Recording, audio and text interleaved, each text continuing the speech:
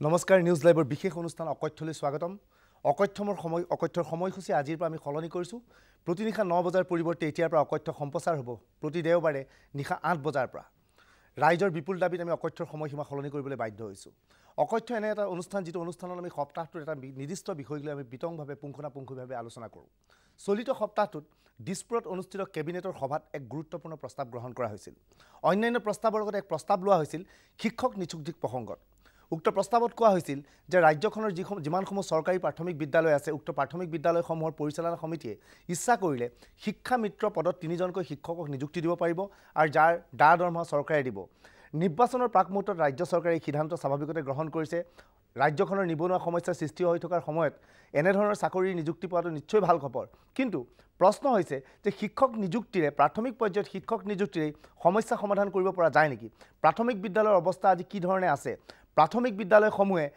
আজি মহানগৰী বা বিভিন্ন অঞ্চলত গঢ় লৈ উঠা ইংৰাজী মাধ্যমৰ বিদ্যালয়সমূহৰ সৈতে প্ৰতিযোগিতা কৰিব পাৰিছে নে নাই এইখিনিতে সেই প্ৰশ্ন হৈছে যে প্ৰকৃততে কলিতেই ভেজালৰ সৃষ্টি হৈছে নেকি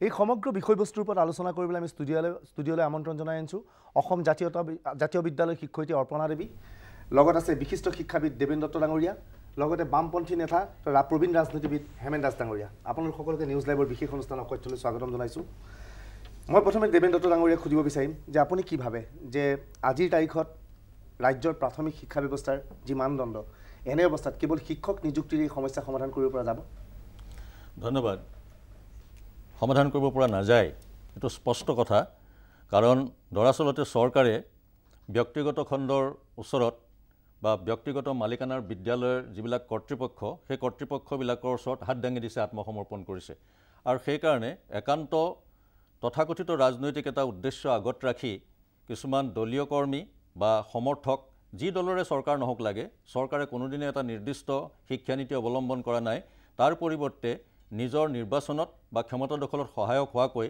এনে ধৰণৰ কিছুমান জোৰাতাপলি দিয়া নীতি বা কৌশল অৱলম্বন কৰি আহিছে মই ভাবো যে আপুনি যিটো সিদ্ধান্তৰ কথা কৈছে চৰকাৰে কেবিনেট পৰ্যায়ত যিটো সিদ্ধান্ত লৈছে এই শিক্ষা মিত্ৰ বুলি কিছুমান শিক্ষক নিযুক্তি দিবৰ কাৰণে এইটো তাৰে এটা পৰিচয় বা অংগ কাৰণ ইতিমধ্যে আমাৰ বিদ্যালয়বিলাকত যথেষ্ট সংখ্যকটো হয়ে যথেষ্ট সংখ্যকতকৈ বেছি বহু বিদ্যালয়ত শিক্ষক আছে চৰকাৰৰ ভুল নীতিৰ কাৰণে বা স্বজন তোষণৰ কাৰণে কিছুমান লোকক কেতিয়াও কোনো ঠাইলৈ বদলি কৰা হোৱা নাই আৰু কিছুমান ঠাইত আমি দেখা পাইছোঁ যে ছাত্ৰৰ সংখ্যাতকৈ শিক্ষকৰ সংখ্যা বেছি বা কিছুমান বিদ্যালয়ত হয়তো ছাত্ৰ ছাত্ৰী নাই কিন্তু শিক্ষক আছে দৰমহা লৈ আছে শিক্ষকসকলৰ দৰমহা বৃদ্ধি হৈছে অন্যান্য কৰ্মচাৰীৰ দৰে শিক্ষকসকলৰ কৰ্মচাৰী গতিকে এইটো কৰি চৰকাৰে এটা অতি সংকীৰ্ণ মনৰ পৰিচয় দিছে আৰু প্ৰকৃতপক্ষে এইটোৱে শিক্ষাৰ ব্যৱস্থাৰ কোনো উন্নতি সাধন কৰিব বুলি মই নাভাবোঁ অৰ্পণা দেৱী আপুনি কি ভাবে যে প্ৰাথমিক বিদ্যালয়ৰ মানদণ্ড বিশেষকৈ অসমীয়া মাধ্যমৰ প্ৰাথমিক বিদ্যালয়ৰ মানদণ্ডৰ অৱনতি হৈছে বুলি বিভিন্ন ক্ষেত্ৰত অভিযোগ আহে এই ক্ষেত্ৰত আপুনি এখন যেহেতু অসমীয়া মাধ্যমৰ বিদ্যালয় প্ৰতিনিধিত্ব কৰিছে আপুনি কি ভাবে এই ক্ষেত্ৰত আপোনাৰ মতামত কেনেধৰণৰ এই ক্ষেত্ৰত মই ক'ব খোজো যে চৰকাৰী খণ্ডৰ যিবিলাক প্ৰাথমিক বিদ্যালয় সেইবিলাকৰ মান অৱনমিত হৈছে আৰু তাৰ কাৰণে আমি জগৰীয়া কৰিব খোজো চৰকাৰকে কাৰণ এনেকুৱা বহুতো বিদ্যালয় আছে যিবোৰ বিদ্যালয়ত শিক্ষকৰ সংখ্যা বেছি শিক্ষাৰ্থীৰ সংখ্যা কম তাৰমানে ছাত্ৰ ছাত্ৰীৰ সংখ্যা কম গতিকে তেনেস্থলত প্ৰাথমিক শিক্ষাৰ মানদণ্ড অৱনমিত হোৱা বুলি ক'ব পাৰি আৰু এটা কথা যে আজি যি প্ৰাথমিক শিক্ষা সাৰ্বজনীন কৰাৰ কাৰণে দাবী উত্থাপন হৈ আহিছে আচলতে সেইটো সাৰ্বজনীন কৰা হোৱা নাই আজিও বহুতো আমাৰ অসমৰে অনুন্নত অঞ্চল আছে য'ত আজিও প্ৰাথমিক শিক্ষাৰ পোহৰ বহুতো ল'ৰা ছোৱালীয়ে পোৱা নাই আচলতে সকলো শিশুৱে প্ৰাথমিক শিক্ষা পোৱাটো এটা মৌলিক অধিকাৰৰ নিচিনা কথা মৌলিক প্ৰয়োজন প্ৰত্যেক শিশুৱে হেমেন দাস ডাঙৰীয়া আপুনি দীৰ্ঘদিন ধৰি ৰাজনৈতিক জীৱনৰ সৈতে জড়িত আছে আপুনি বিভিন্ন শিক্ষানুষ্ঠান দেখিছে বিভিন্ন সময়ত দেখিছে এই যে অভিযোগ আহিছিল প্ৰাথমিক বিদ্যালয় হয় অসমীয়া মাধ্যমৰ প্ৰাথমিক বিদ্যালয় এটা সময়ত জয় আছিল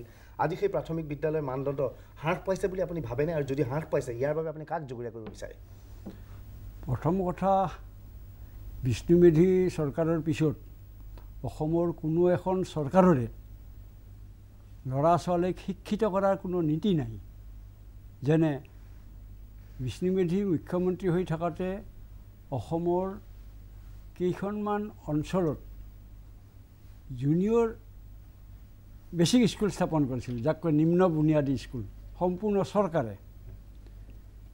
তাৰ পিছৰ পৰা আজিলৈকে অসম চৰকাৰে অসমত এখনো প্ৰাইমাৰী স্কুল স্থাপন কৰা নাই। প্ৰাইমাৰী স্কুলবিলাক স্থাপন কৰিছে ৰাইজে, পইচা তুলি ঘৰ সাজিছে, শিক্ষক ৰাইজে নিয়োগ কৰিছে, আৰু তাৰপিছত চৰকাৰে এটা সময়ত অধিগ্ৰহণ কৰিছে বা এতিয়া প্ৰভিন্সিয়েলাইজ কৰিছে। নিম্ন হোৱাৰ কোনো অস্বাভাৱিক নহয়। মই 1945 চনত প্ৰাইমাৰী স্কুল পাছ কৰিছোঁ। সেইখন স্কুলৰ শিক্ষক আছিল দেউতা একমাত্ৰ, 5টা শ্ৰেণী, এজন শিক্ষকে শিকাইছিল। আজিও তেনে স্কুলৰ সংখ্যা বহু হাজাৰ আছে অসমত, য'ত শিক্ষক নাই, এজন শিক্ষক। মই এখন স্কুলৰ কথা জানো য'ত 400 ছাত্ৰ, এজন শিক্ষক। গাঁও অঞ্চলৰ ছবি হৈছে সেইটো। হাজাৰতকৈ বেছি প্ৰাইমাৰী স্কুল আছে য'ত মাত্ৰ এজন শিক্ষক, এজন শিক্ষকে আজিৰ যুগতো 5টা শ্ৰেণী শিক্ষা দি আছে। তেনেস্থলত আমি সেইবোৰ প্ৰাইমাৰী স্কুলৰ পৰা পাছ কৰা ল'ৰা বা শিক্ষকক আমি দোষ দিব নোৱাৰোঁ। গোটেই ব্যৱস্থাটোতেই বহু বছৰ আগতে মই বিধানসভাত উত্থাপন কৰিছিলোঁ যে কেতিয়ালৈকে এজনীয়া শিক্ষক থকা স্কুলবিলাকক দুজনীয়া কৰিব। মুকুট শৰ্মা আছিল শিক্ষামন্ত্ৰী, যে মোৰ জীৱনত ক'ব নোৱাৰোঁ, উত্তৰ দিব নোৱাৰোঁ। সেই প্ৰশ্নৰ ডাঙৰ প্ৰশ্ন হৈছে যে শিক্ষক নিয়োগ কৰা আৰু নীতি থাকিব লাগিব চৰকাৰে, য'ত প্ৰয়োজন তাতে স্কুল পাতিব লাগে, য'ত প্ৰয়োজন নাই তাত স্কুল পাতিছে। মই কেইটামান উদাহৰণ দিওঁ। আপুনি চাওক, ডিব্ৰুগড়ৰ জনসংখ্যা 11 লাখ, 11 লাখ। তিনিচুকীয়াৰ জনসংখ্যা 11 লাখ। ডিব্ৰুগড়ৰ LP স্কুল আছে 11,084টা, তিনিচুকীয়াত আছে 839টা। জনসংখ্যা মতে স্কুল হোৱা নাই। ঠিক সেইদৰে হাইলাকান্দিৰ জনসংখ্যা হৈছে মাত্ৰ 5,42,000। প্ৰথম স্কুলৰ সংখ্যা হৈছে 1003খন। বঙাইগাঁৱৰ জনসংখ্যা হৈছে 9,04,835 জন। তাত স্কুল আছে 966। অৰ্থাৎ আপুনি ক'ব বিচাৰে যে শিক্ষক নিযুক্তিৰ ক্ষেত্ৰত বা আপুনি যিটো তথ্য দাখিল কৰিছে, ৰাজনৈতিক হস্তক্ষেপৰ বাবেই এই সমগ্ৰ প্ৰক্ৰিয়াটোত শিক্ষা ব্যৱস্থাৰ মানদণ্ড হ্ৰাস পাইছে। য'ত নীতিয়ে নাই, যিয়ে য'ত যি খুচি তাকে কৰিছে। এখন চৰকাৰৰ জনসাধাৰণে শিক্ষিত কৰাৰ স্পষ্ট নীতি থাকিব লাগিব। আপুনি যদি পশ্চিমবংগৰ বাজেট চায়, তাত এতিয়াও পাব প্ৰত্যেক বছৰে বাজেটত লেখা থাকে যে প্ৰতি পঞ্চায়তত ইমানখন LP স্কুল স্থাপন কৰা হ'ব। অসমত আছেনে? কোনোদিনে নাছিল। মূল বিষয়টোত আমি যাব লাগিব। চৰকাৰৰ জনসাধাৰণক শিক্ষিত কৰাৰ কোনো নীতি নাই।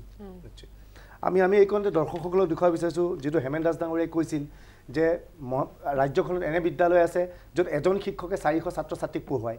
কিন্তু আমি যোৰহাটৰ এনে এখন বিদ্যালয় পাইছিলোঁ, দুৰ্গেশ্বৰ দেৱগোস্বামী বিদ্যালয়। সেই বিদ্যালয়খনত যোৰহাটৰ গৰখীয়া দৌলস্থিত দুৰ্গেশ্বৰ দেৱগোস্বামী প্ৰাথমিক বিদ্যালয় এইখন 2000, শুনি দুখ লাগে যে 2010 বৰ্ষত এই বিদ্যালয়ত এজনো ছাত্ৰ ছাত্ৰীয়ে নামভৰ্তি নকৰিলে, যাৰ ফলত ইয়াত ছাত্ৰ ছাত্ৰীয়ে এজনো নামভৰ্তি নকৰিলে। সুন্দৰ আন্তঃগাঁথনি আছে, কিন্তু ছাত্ৰ ছাত্ৰীয়ে ভৰ্তি নোহোৱাৰ ফলত এতিয়া বিদ্যালয়ত তলা লগাবলগীয়া হৈছে। বিদ্যালয় চৌহদত এটা কুকুৰ বহি আছে। বিদ্যালয়ত এটা শিক্ষক আছে, শিক্ষক এতিয়া শ্ৰেণীকোঠালৈ নাহে, আহিব নোৱাৰে, কিন্তু ছাত্ৰ ছাত্ৰী তেওঁলোকৰ মাজত নাই। আমি এই ক্ষেত্ৰত যোৰহাটৰ দুৰ্গেশ্বৰ দেৱগোস্বামী বিদ্যালয়ৰ অসম চৰকাৰে ইতিমধ্যে তাত মধ্যাহ্ন ভোজনৰ বাবে এনেধৰণৰ কোঠালিও নিৰ্মাণ কৰিছে, সকলো ধৰণৰ। আমি এই ক্ষেত্ৰত বিদ্যালয়খনৰ কৰ্তৃপক্ষৰ তাত উপস্থিত থকা ব্যক্তিৰ সৈতে কথা পাতিছিলোঁ যে দুৰ্গেশ্বৰ দেৱগোস্বামী বিদ্যালয়খন কিয় বন্ধ হৈ গৈছে। এই সংক্ৰান্তত তেওঁলোকে কি কৈছিল আপোনালোকক দেখুৱাব বিচাৰিছোঁ।